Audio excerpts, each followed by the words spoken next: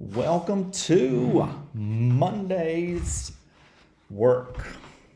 Today is April the 13th. I hope everyone had a nice long weekend, got to spend time with family. We are moving forward with our work. I wanted to give you a thought for the day. Here's the thought. Why would someone write music?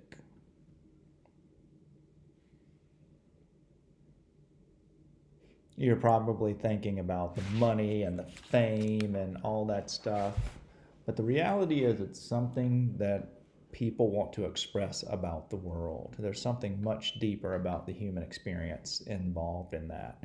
And those of you who find music interesting and love words, I hope you take time to learn more about that experience. As young people processing feelings, the greatest music taps into something that we love about being human. And I hope that you all are finding ways to be human in all of this and being kind and just the things that make us feel good about ourselves. And the great music does that. So play with that a little bit today.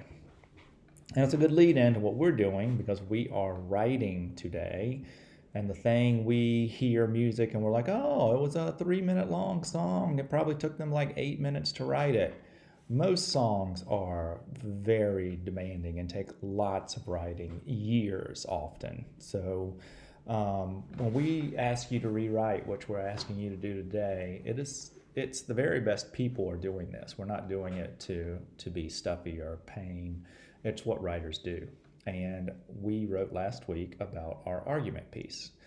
So we're going to use that work and we are going to get a summative grade for it. But today's work is all about getting that summative grade as high as you can make it. Now you will see this posting with your rubric, and that what you wrote on Wednesday will be revised and edited today and will be turned in for a summative grade. So the things you must include in the paper are printed here. I'm going to ask you to read those things. I'm not going to read them for you because I don't think it's as effective as you reading it. However, I am going to talk a little bit about the rubric. So just like our grading scale, 4, 3, 2, 1, if you want a 4 above grade level work, you have to address all 4 bullet points up here. And these are the 4 bullet points. In addition to that, your writing should be above grade level. Level 3, you would address all 4 bullet points found here, and your writing would be at grade level. If you miss some of the key bullet points, then you're falling into the 2 range and your writing is near grade level, but you say you have lots of run-on sentences, say that you don't capitalize words. Those are things that 6th graders are expected to do. And then 1 is, no one needs to get a 1. If you are struggling and you don't feel like you've reached a level 2, please email me and let's have a meeting and I'll help you get to that level 3 at the very least, or at least, level 2 at the very least. So reach out if you need help. Now, here's what we're asking you to do that will help you achieve all of these things. We want you to use this checklist. We want you to literally do these activities. So step number 1, read the paper out loud to yourself. You're going to feel silly. You are going to be a little bit embarrassed. You're going to hate the way your voice sounds. All of those things are normal. You sound awesome. You sound just like you do to us every day, and we all enjoy listening to you. So try to get past that point. So read the paper aloud to yourself, and if something sounds odd, then consider rewriting the sentence or adding punctuation. Use spell check. If you find problems. It'll be a red or a blue line. Think about what they're telling you. The blue line's not always perfect. And use that advice. And this is going to take thinking, and some of you may have to run the spell check button. Well, let's show you that just in case.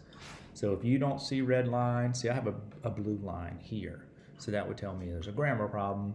To do it, you would go under Tools, and it has spelling and grammar, and you would just run it. So if you click on those things, it will run for you. The next to last thing, we want you to choose 3 words in your paper to make stronger. Highlight the change and strike through the word you change. So for example, if you don't recycle, then it is bad for the environment. So I look at the word bad and I realize that is not a 6th grade level word. And some of you want to think about 7th, 8th, 9th grade level words. Well, I'm just going to come up with one. That's okay, but that's not what real writers do. A real writer is going to go into the dictionary and they're going to look at the word bad and they're going to read the definitions and they're going to say, that doesn't really fit what I'm talking about with recycling. None of these definitions fit. It's not an adverb, so that doesn't even apply at all. Oh, I got an arrow here. Oh, nice. There are more definitions. Which one fits? Disease, decayed, putrid, regretfully guilty or ashamed about something. Let me check over here. What did I have in this sentence? If you don't recycle, then it's bad for the environment.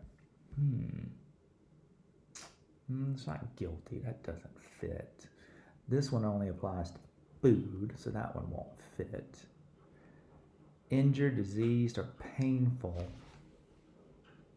Oh, that might fit because the earth is injured.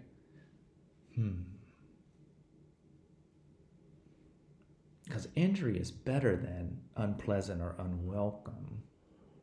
Because literally that's why we need to fix it, because the earth is, I'm going to play with this. I think this one might fit what I want. Let me go back to my sentence. If you don't recycle, then it is bad for the environment. I like that word, injured, because let me read it that way. If you don't recycle, then it is bad for the environment. What if I change it is bad to it injures? Oh, now that sounds sophisticated. It injures the environment. And now I need to highlight. I don't want that. I want to highlight what I just changed. So I'm going to make the whole thing yellow or green, whatever color you want.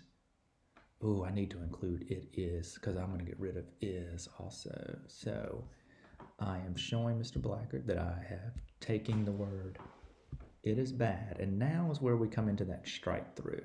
And strike through is a tool up here under formatting. Formatting, text. And then you slide over and go down to strike through. So you're showing us that I took it is bad and I changed it to the word injures. And so in this case, you could ignore that blue line. So now the sentence is, if you don't recycle, then it injures. Ooh, I got to get rid of 4. I'm going to show Mr. Blackard that I got rid of 4. I'm going to do another strike through. You're going to have to play around with this. This isn't going to be a quick and simple thing. If you don't recycle, then it injures the environment. And wow, is that a better sentence than saying it is bad?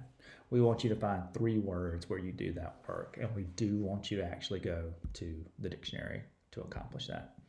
And then the last thing is transition words, which I've looked at your work and most of you are using them, but you may want to look at this list here to just see some more. These are actually argument-specific signal words and transition words, so you may want to use that. Okay, you guys, let's close with a joke. So Ireland over here near the United Kingdom, and then Iceland, and then the United States will be over here. And I want to ask you something. Have you ever noticed that Ireland is just 1 sea away from Iceland? 1 sea? But Ireland, if you replace the ire with a C, it'd be Iceland. Get it? Man, solid. Solid, solid, solid. All right, email if you want to talk about your paper. I've looked at everyone's and given notes to people who may have needed some support. But if I didn't put a note on your paper, I felt pretty good about what you were doing once you make these changes. All right, take care, all. I miss you.